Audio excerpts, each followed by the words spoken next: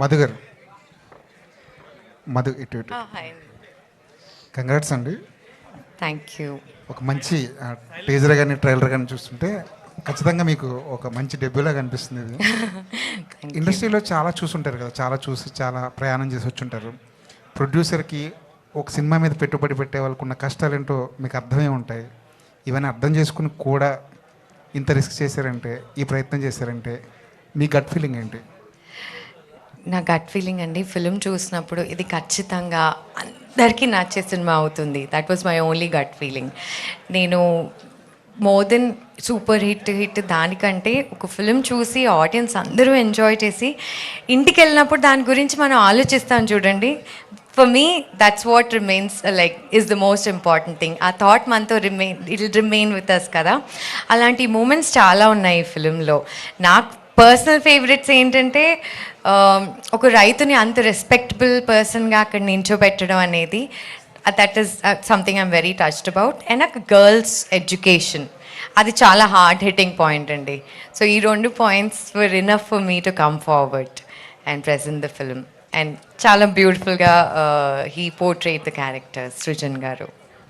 సృజన్ గారు, ప్రతి ఆలోచన వెనకాల కొంత పురిటినొప్పులు పడాల్సి వస్తుంది. ఏదైనా ఒక ఆలోచన రాగానే అది సేల్బులా కాదా అన్నది నమ్మించాలి, మనం ప్రొడ్యూసర్ నమ్మించాలి, 100 మందిని నమ్మించాల్సి వస్తుంది. అసలు ఈ ప్రయాణం ఎలా స్టార్ట్ అయింది? ఆ జర్నీలో ఎక్కడైనా ఎందుకులే ఇది ఒక కమర్షియల్గా సినిమా చేస్తే సరిపోద్దేమో అని అనిపించింది ఎప్పుడైనా? జర్నీలో అనిపించలేదండి. ఫస్ట్ బేసిక్గా కమర్షియల్ పాయింటా కాదా అన్నది కాదు. బేసిక్గా లవ్ స్టోరీ కనుక ఆబ్వియస్లీ కమర్షియల్ పాయింటే. ఎక్కడైనా ప్రేమ కథ చాలా ఇంట్రెస్టింగ్గా ఉంటుంది. సో నాకు ఆ భయం ఏం లేదు. రెండు ఊర్లో జరిగే, మన ఊర్లో ఉండే క్యారెక్టర్స్ చాలా ఇంట్రెస్టింగ్గా ఉంటాయి టౌన్స్ కన్నా. నాకు తెలిసి ఇప్పుడు ఊర్లు పల్లెటూర్లు మారిపోయాయి. నాకు ఒక ఇంతకుముందు చెప్పాను, నాకు ఒక దృశ్యం నన్ను బాగా కదిలించింది. ఏంటంటే కరోనా టైంలో ఒక అమ్మాయి శ్రీకాకుళంలో పల్లెటూరులోంచి మెయిన్ రోడ్డుకి బ్యాగ్ వేసుకుంటూ నడుచుకుంటా జాబ్కి వెళ్ళిపోతుండేది. నేను మార్నింగ్ వాక్ చేస్తూ ఉన్నాను. అమ్మాయి పాస్ అయ్యి వెళ్తే ఓ చెట్టు కింద కుర్రోళ్ళందరూ పొలం పనులు చేసి సరదాగా పొలం గురించి మాట్లాడుతున్నారు. కుర్రోళ్ళు చెట్టు కింద కూర్చున్నారు, అమ్మాయి బ్యాగ్ వేసుకెళ్తుంది. Times changed, village times are changed. ఆ ఊర్లో ఉండి తిరిగి దెన్ సో నాకు సబ్జెక్ట్ మీద ఏం లేదు. నేను తీసుకున్న కాలం ఏంటంటే ఈ సినిమా తీసే విధానంలోనే ఇది 1.5 year పడుతుంది. ఎందుకంటే సీజన్స్ అని నేను కవర్ చేయాలని. అది వేరే వాళ్ళకి ఇస్తే అది అర్థం చేసుకునేది ఉండదు అని ఇంకా నేనే చేసుకున్నాను. సార్ డైరెక్టర్ గారు, సార్ నమస్తే.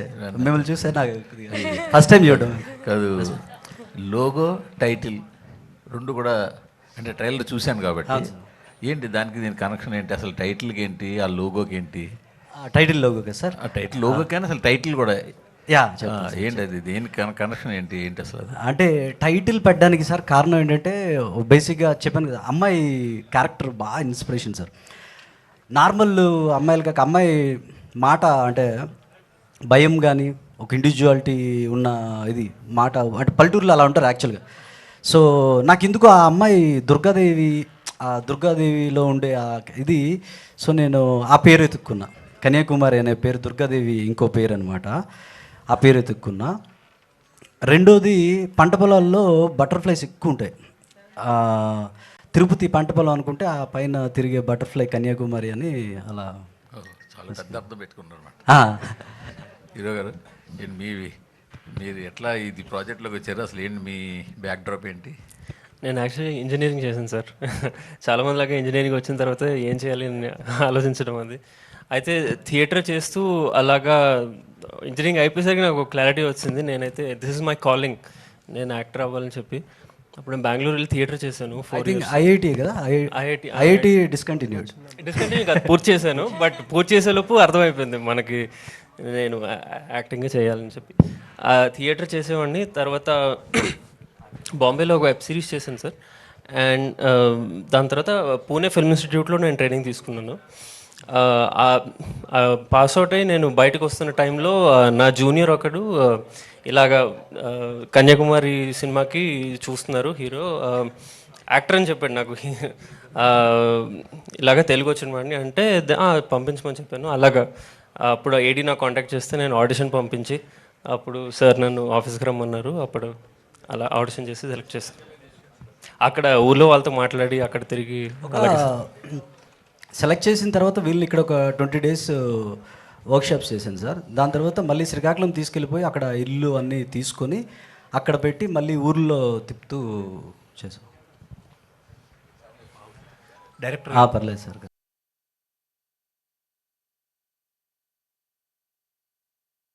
అవును సార్.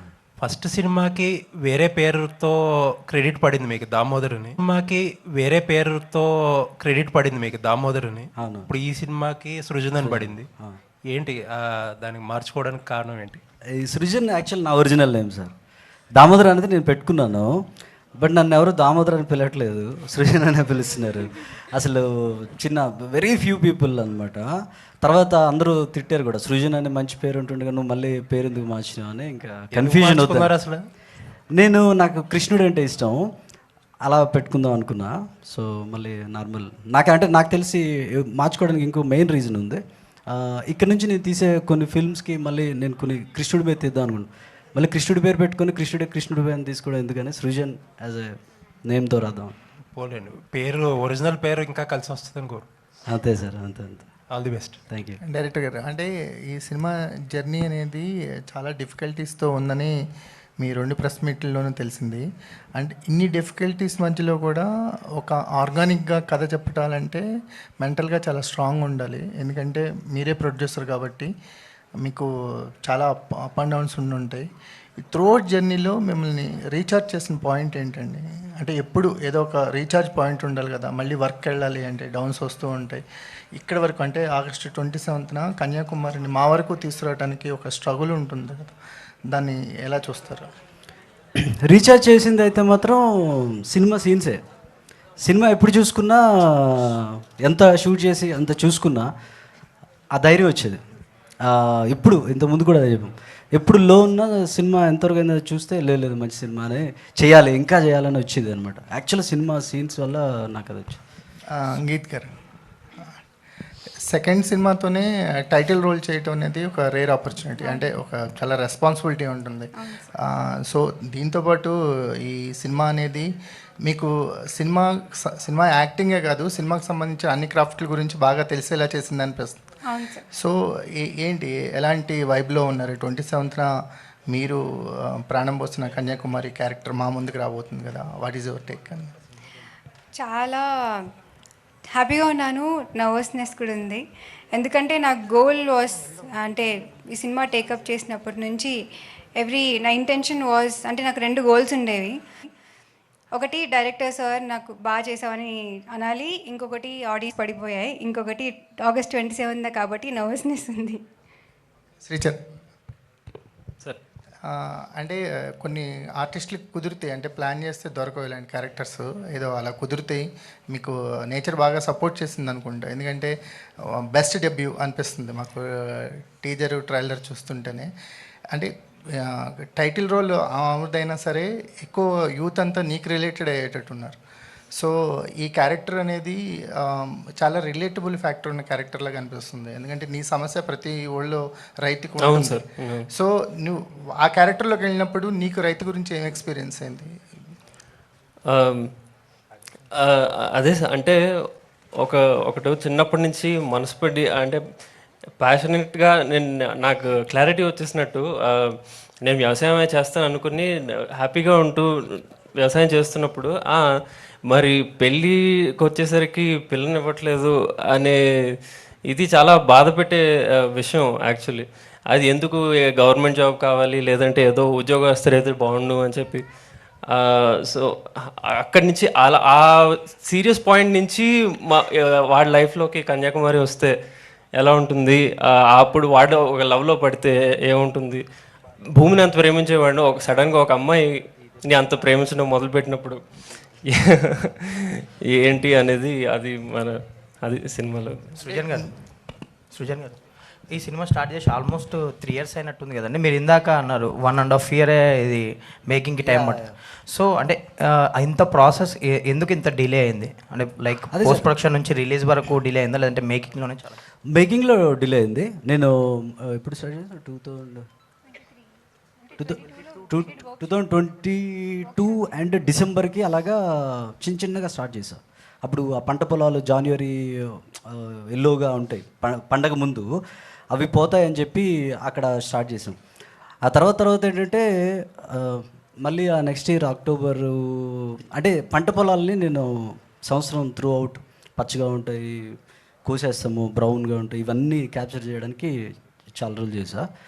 దాని తర్వాత పోస్ట్ ప్రొడక్షన్కి మ్యూజిక్కే ఒక 6 months చేసా అలా. అండ్ మీకు ఈ ప్రాజెక్ట్ సంబంధించి మీకు మోస్ట్ డిఫికల్ట్ పార్ట్ ఏంటండి? ఈ యాక్టర్స్ని తీసుకోవడమా, లేదంటే మేకింగ్లో మీరు పేపర్ మీద రాసుకుంది స్క్రీన్ మీద తీసుకో? యాక్చువల్గా చెప్పాలంటే సార్, యాక్టర్స్ నార్మల్గానే వచ్చినాయి. నార్మల్ అంటే ఆడిషన్స్ చేసాము, వి ఫౌండ్. మేకింగ్కి కష్టపడ్డాము, మేకింగ్కి ఆబ్వియస్గా కష్టపడ్డాము. చాలా తక్కువ టీము, దీనికి క్యారవాన్ ఉండదు, 2 కార్లు, 1 ఆటో ఇలా. సో ఇంకోటి అంటే ఆ ఊర్లో కొద్దిగా ఇబ్బందికరంగా ఉంటాయి మనకి తిరగడానికి కానీ, అవన్నీ చాలా కష్టపడ్డాము. ఆ కష్టం అంతా అయిపోయింది, సినిమా అయిపోయింది, డన్ అనుకుంటే అప్పుడు తెలిసింది దీనికన్నా అసలు రిలీజ్కి వెళ్ళడం అనేది. So mostly post production is చాలా దారుణం. మధు గారు, అంటే యాక్టర్స్కి కంఫర్టబుల్గా ఉన్నాయి, యాక్టింగ్ చేస్తున్నారు కదా, ప్రొడక్షన్లో దిగడానికి కారణం ఏంటి? ఇది ఏమన్నా ప్రాక్టీస్ మ్యాచ్ అని దీని తర్వాత కూడా ప్రొడక్షన్ కంటిన్యూ చేస్తారు ఈ ఎక్స్పీరియన్స్ తోటి? ఆనెస్ట్గా చెప్పాలంటే నాకు ఇంట్రెస్టింగ్ రోల్స్ రావట్లేదు. ఈ డైరెక్షన్లో వెళ్తే ఏమైనా పట్టొచ్చేమో అనుకున్నా, కానీ this happened. This is a beautiful fine. I'm more happy about this. That's how I started అండి. ఫర్దర్ నెక్స్ట్ ప్రొడక్షన్ కంటిన్యూ చేస్తారు? ఎస్, చేస్తున్నాను. ఇంకొక ఫిల్మ్ ఆల్రెడీ నేను ఫినిష్ చేశాను, which I directed and produced. అది పోస్ట్ ప్రొడక్షన్లో ఉంది. ఆయన చెప్తున్నారు కదా సినిమా కష్టాలు, సేమ్. సో దీని తర్వాత I'm hoping that will be my next release. So yeah, all the best. Thank you. Madhu గారు హాయ్. హాయ్ అండి. సో యాక్చువల్లీ ఇప్పుడు ప్రమోషన్స్ అందరూ చాలా ఇదిగా చేస్తున్నారు, ఏ చిన్న సినిమా అయినా పెద్ద సినిమా అయినా పీపుల్కి రీచ్ అవ్వడం కోసం ప్రమోషన్ పేసే కీ రోల్ అనమాట. అవును. మరి మీ సినిమాకి ఎలాంటి స్ట్రాటజీస్తో వద్దాం అనుకుంటున్నారు, ఏం ఆలోచించుకున్నారు? ఆనెస్ట్లీ అండి, ప్రమోషన్ స్ట్రాటజీ అంటే అన్నీ చాలా దగ్గరగా, అండ్ ప్రతి వీక్ పెద్ద పెద్ద భారీ సినిమాలు వచ్చేస్తున్నాయి. So every week I'm like, I hope that people find space for us also. అలాంటిది వినాయక చవితికి రావడం అనేది it's a very auspicious, and I hope lord Ganesh will take care of it. But in terms of promotions we're trying to push, and ఎంత అథెంటిక్గా అయితే అంత అథెంటిక్గా we're trying to do అండి. ఇట్స్ నాట్ లైక్ ఏదో ఫోర్స్ ఫీడ్ చేయాలని కాదు. We're creating an awareness, and more than we doing anything, we want you guys to spread the word. ఎందుకంటే వర్డ్ ఆఫ్ మౌత్తో ఫిల్మ్స్ పెద్ద సక్సెస్ అయిన సినిమాలు చాలా ఉన్నాయి, and I think this film deserves that kind of word that needs to be spread. ఒక message అని నేను అనను, కానీ ఇంటికి వెళ్ళిన తర్వాత భలే ఉంది సినిమా అలాంటి ఫీలింగ్ ఉంటుంది. That's what will stay with you. So I want you guys to help me promote it. All the very best. Thank you. Madhu Shalini గారు, సార్, బన్నీవాస్ గారిని ఎలా తీసుకొచ్చారు ఇందులోకి?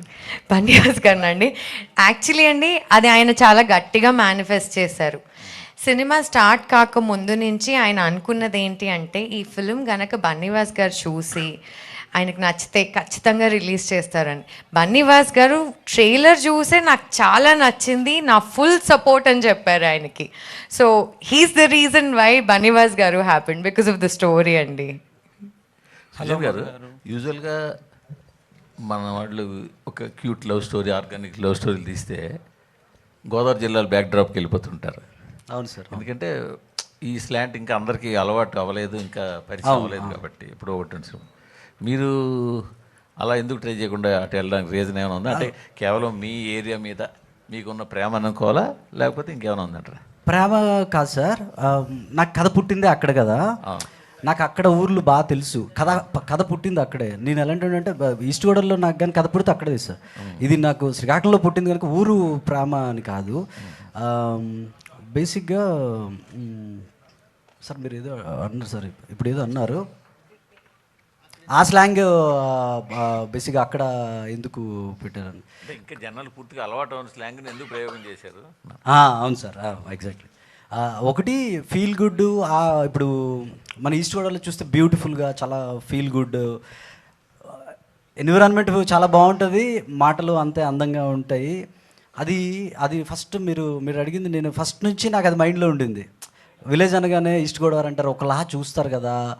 నాకు దాన్ని బ్రేక్ చేసి ఇప్పుడు బేసిక్గా ఈ చిన్న షాట్ తీయాలనే శ్రీకాకుళం వెళ్ళిపోయాడు నేను. ఇక్కడెక్కడ చీట్ చేయాలి. నాకు అది ఆ ల్యాండ్స్కేప్ ఎవరు చూడలేదు. చాలా చాలా డిఫరెంట్ ఉంటుంది ల్యాండ్స్కేప్ అన్నది. అది తీసుకొద్దాం అన్నది ప్రయత్నం. యాస కూడా నిజంగా కొద్దిగా డిఫరెంట్ ఉంటుంది, కానీ అందరికీ కొద్దిగా అర్థమయ్యేటట్టు ఉండాలి అని నా ఫీలింగ్. యాసతో ఉంటూనే బట్ అర్థం అవ్వాలి. అందుకని కొద్దిగా శ్రీకాకుళంలో నర్సనపేట మండలము, తర్వాత టెక్కలి, అలా ఆ చుట్టుపక్కల ఊర్లలో తీసేశారు. హలో మధు గారు. హలో. ఇక్కడ hello hello hello. Good to see you after long time. Same here. టెంపుల్సా సార్? అవును అవును అవును. మరి మొక్కలింగా ఉంది, అవును అవును. వాటిని కూడా సినిమాలకు తీసుకొచ్చి ఉంటే జనాలకు పరిచయం అయ్యేవి కదా. అవును సార్, అవును. అది మొక్కలింగంలో తీద్దాం అనుకున్నాను. బట్ బేసిక్గా నాకు అంటే కథకి అంత ఇది లేదు. బట్ టెంపుల్స్ ఉంటాయి.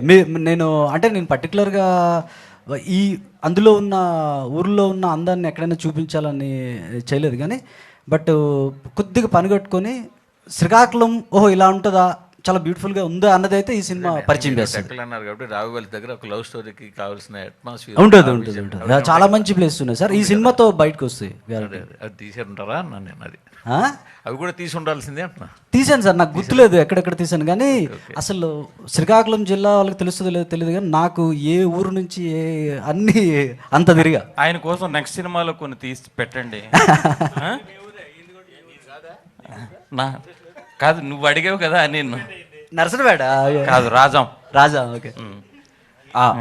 అదంతా శ్రీకాకుళం. సృజన్ ప్రీవియస్గా జయమ్మ పంచాయతీ అని ఒక సినిమా వచ్చింది సుమా గారిది. అందులో కొన్ని లొకేషన్స్ చాలా బాగా చూపించారు. When compare to those locations మీరు ఎలా చూపించబోతున్నారు ఆడియన్స్? అసలు నేను బేసిక్గా లొకేషన్ అదే ఇప్పుడు సార్ అడిగినట్టు నేను లొకేషన్స్ని పట్టించుకోనండి. లొకేషన్స్ కోసం ఎత్తికైతే వెళ్ళను నేను. నా కథ సీన్కి ఎక్కడ కరెక్ట్ ఉంటుంది అన్నది అది చూసుకుంటాను అనమాట.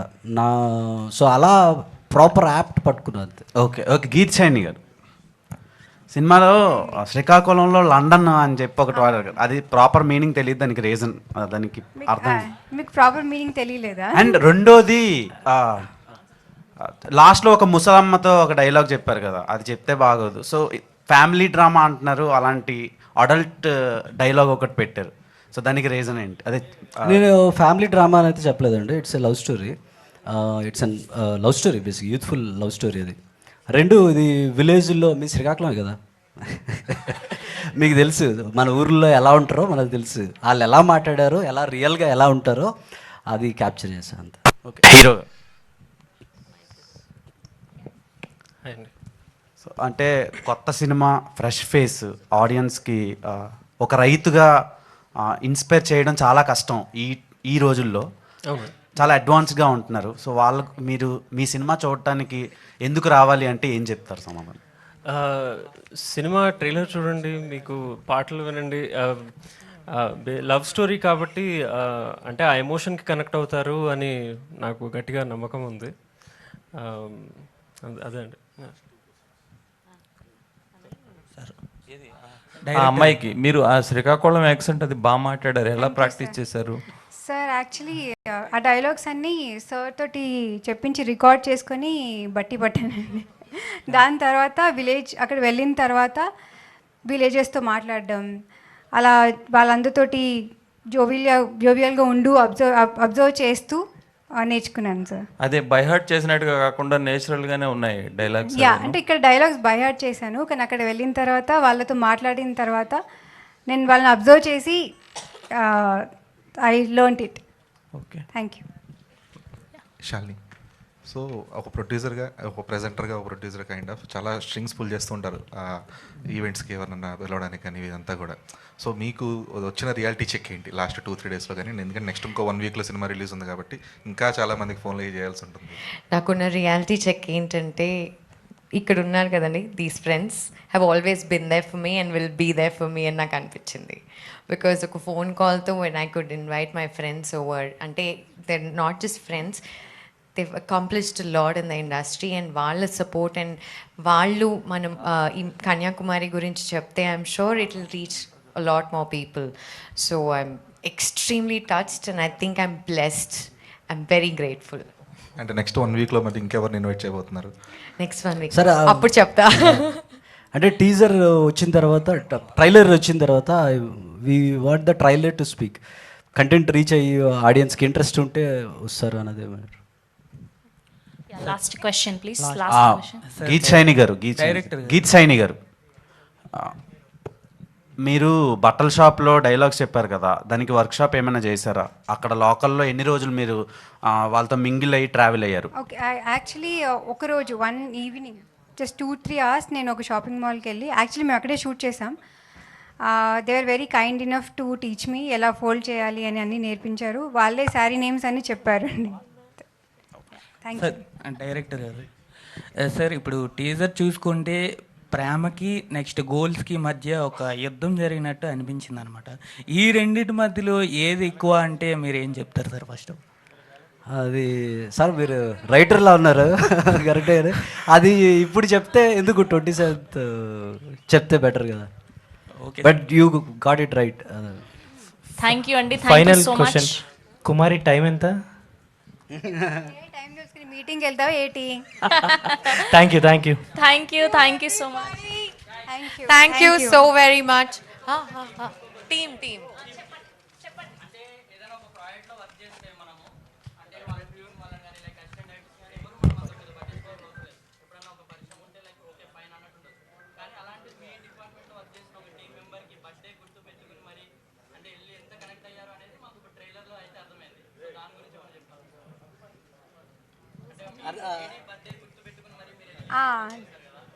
ఏడి బర్త్డే గుర్తుపెట్టుకున్నాను. మదనా?